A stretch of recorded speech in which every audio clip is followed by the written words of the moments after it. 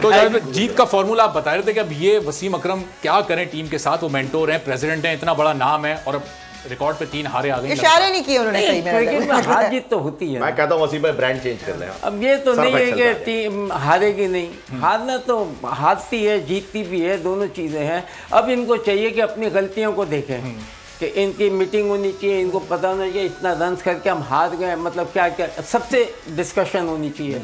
Bowler से होनी चाहिए कि भाई आप क्या चाह रहे थे, किस तरह होता है, क्या होना चाहिए था, राइट।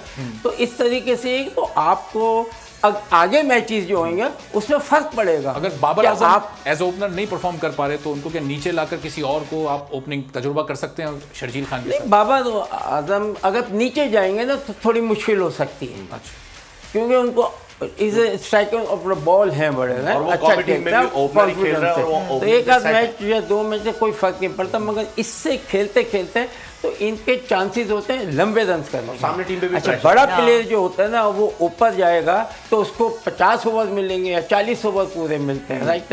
तो इनको चाहिए कि यस व्हाट इज अब नेक्स्ट मैच में आप बड़ा ये सोच के जाएं कि मैंने विकेट पे खड़ा रहना है, और जब खड़े रहेंगे तो आपके रन खुद ब खुद होंगे और आप है ना वापस अपनी फॉर्म में आ जाएंगे, इस तरीके से फॉर्म में आ।